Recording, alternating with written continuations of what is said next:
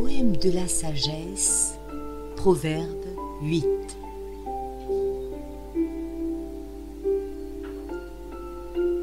Écoutez, la sagesse appelle la raison, élève la voix. Elle est postée sur les hauteurs, le long des routes, au carrefour, tout près des portes de la ville, là où l'on passe pour entrer. Elle fait retentir sa voix. C'est chacun de vous que j'appelle, c'est pour vous, les humains, que ma voix se fait entendre. À vous, qui manquez d'expérience, apprenez donc à réfléchir. Et à vous, insensés, devenez donc intelligents.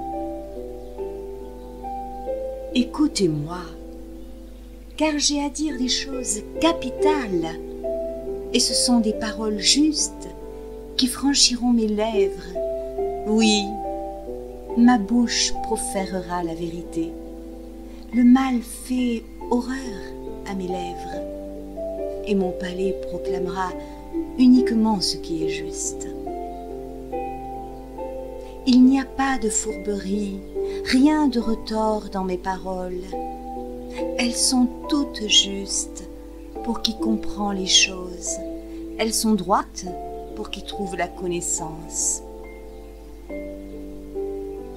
Recherchez mon éducation plutôt que de l'argent, et choisissez la connaissance plutôt que l'or le plus pur, car la sagesse est préférable aux perles précieuses, et les biens les plus désirables ne sauraient l'égaler. Moi, je suis la sagesse, j'habite à côté de la réflexion, j'ai découvert l'art de penser. Lorsqu'on craint l'Éternel, on déteste le mal. Je déteste l'orgueil, la suffisance, la conduite mauvaise et la bouche menteuse. C'est à moi qu'appartiennent le conseil et la réflexion. Je suis l'intelligence et possède la force. C'est par moi que règnent les rois et que les dirigeants décrètent des lois justes. Par moi gouvernent tous les chefs, tous les hommes d'État et tous les magistrats sur terre. Moi j'aime ceux qui m'aiment, et ceux qui me recherchent ne manquent pas de me trouver. Je suis accompagnée de la richesse et de l'honneur, de biens durables, de la justice.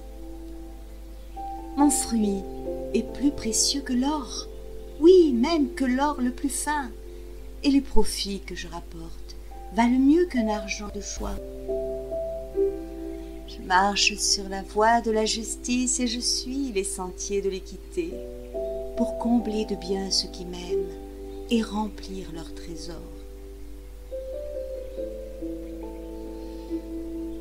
L'Éternel m'a donné naissance tout au début de son activité et avant d'entreprendre les plus anciennes de ses œuvres.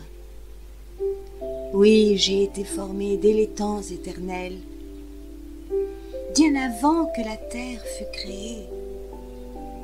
J'ai été enfanté avant que l'océan existe et avant que les sources aient fait jaillir leurs eaux surabondantes. Avant que les montagnes aient été établies, avant que les collines soient apparues, j'ai été enfanté.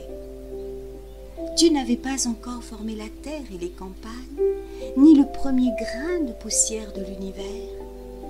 Moi, j'étais déjà là quand il fixa le ciel et qu'il traça un cercle autour de la surface du grand abîme.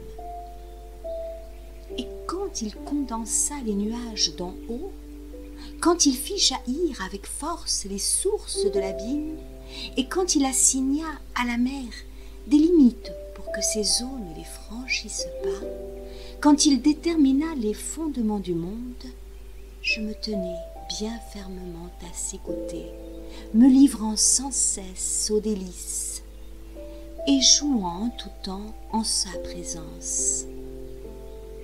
Je jouais sur sa terre, dans le monde habité, et trouvais mes délices dans les êtres humains.